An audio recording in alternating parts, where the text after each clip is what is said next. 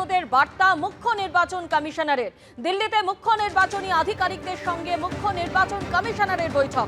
আরো বিস্তারিত জানতে কথা বলবো আমাদের প্রতিনিধি রুমা পালের সঙ্গে। রুমা, এই বৈঠক সম্পর্কে কি জানতে পারছো?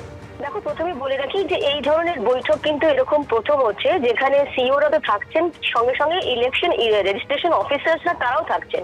অর্থাৎ বুঝতেই পারছো যে এই যে ভুয়ো ভোটার বা বিভিন্ন যে ইস্যুস গুলো সামনে আসছে, এমনিতেই 4 তারিখে বৈঠক ছিল এবং নতুন যিনি সিইও মুখ্য নির্বাচন কমিশনার জ্ঞানেশ কুমার এসছেন, তিনি এই কনফারেন্স করছেন। এবং প্রথমেই জানিয়ে রাখি, তিনি নির্দেশ দিয়েছেন যে প্রত্যেকটা রাজনৈতিক দলের সঙ্গে বৈঠক করতে হবে এবং সেই বৈঠক হচ্ছে মুখ্য নির্বাচনী আধিকারিক এবং জেলা নির্বাচনী আধিকারিক এবং ইআরও যারা রয়েছেন তাদেরকে করতে হবে, যাতে এই ধরনের নানা রকম যে ইস্যুস আসছে সেগুলো সর্ট আউট করার জন্য।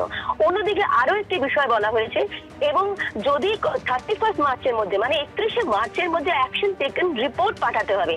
যেহেতু তিনি প্রত্যেকটা রাজ্যেরই সিইওর সঙ্গে বৈঠক করছেন, প্রত্যেকটা রাজ্যের নিজের নিজের একটা তাদের ক্ষেত্রে যে সমস্ত ইস্যুস গুলো আসছে, অবশ্যই এই রাজ্য থেকে মুখ্যমন্ত্রী যেমন প্রশ্ন তুলেছেন, যে ভুয়ো ভোটারের প্রশ্ন তুলেছেন, সেক্ষেত্রে কিন্তু ইলেকশন কমিশন আগেই বার্তা দিয়েছে যে এই ধরনের কিন্তু ভুয়ো ভোটার, মানে একই এপিক কার্ড যদি থাকে সেটা কিন্তু ভুয়ো ভোটার নয়। কিন্তু তা সত্ত্বেও কিন্তু প্রশ্ন উঠছে, সেই প্রশ্নগুলোই কিন্তু সমাধান করার জন্য সিইওদের সাথে সিইওদের রাজনৈতিক দলের সঙ্গে বৈঠক করতে হবে এবং প্রত্যেক যারা ইআরও রয়েছেন তাদেরও নির্দেশ দেওয়া হয়েছে।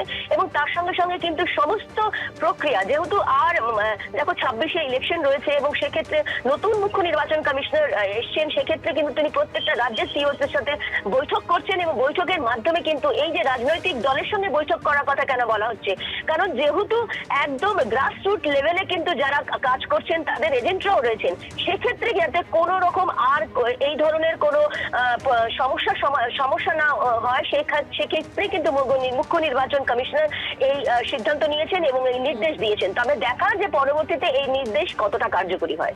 ধন্যবাদ রুমা। সেন্ট্রাল ড্রাগ কন্ট্রোলের পরীক্ষায় ফেল সারা দেশের 144টি ওষুধ। বেশিরভাগ নামী সংস্থার ওষুধই পরীক্ষায় ফেল। আপনার ওষুধ পরীক্ষায় ফেল করা নয় তো? তালিকায় পশ্চিমবঙ্গ ফার্মাসিউটিক্যালের 18টি ব্যাচের আরএল ও অন্য স্যালাইন। কোন নমুনা স্টেরিলিটি পরীক্ষায় ফেল, কোন নমুনায় মিলেছে ব্যাকটেরিয়া। এ রাজ্যে ফেল 2টি বহুজাতিক সংস্থা, 2টি বহুল জনপ্রিয় ব্র্যান্ডের ওষুধ। ফেল হৃদযন্ত্রের সমস্যায় ব্যবহৃত টেসমিসার্টান, এমক্সিলিন, পটাশিয়াম ক্যাভিউনেট। পরীক্ষায় ফেল প্যারাসিটামল, স্নায়ুরোগের চিকিৎসায় ব্যবহৃত ওষুধ। পরীক্ষায় ফেল বহুল ব্যবহৃত পেনকিলার, অ্যান্টিবায়োটিক। শিশুদের জন্য ব্যবহৃত সর্দি কাশির সিরাপও পরীক্ষায় ফেল।